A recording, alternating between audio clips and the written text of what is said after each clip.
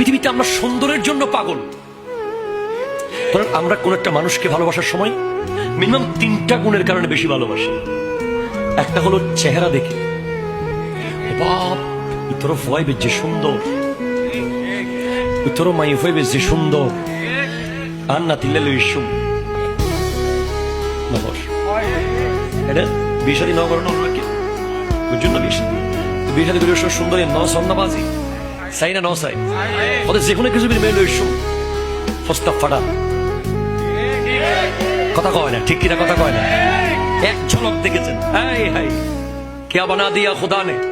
आप माशाल्लाह कहे, फिर घर पर आए, बाप को कहे, माँ को कहे वो मुझे खूबसूरत लगी। बाप और माँ ने गया और कहा ये मेरी बहू, इसको हम ले जाएंगे।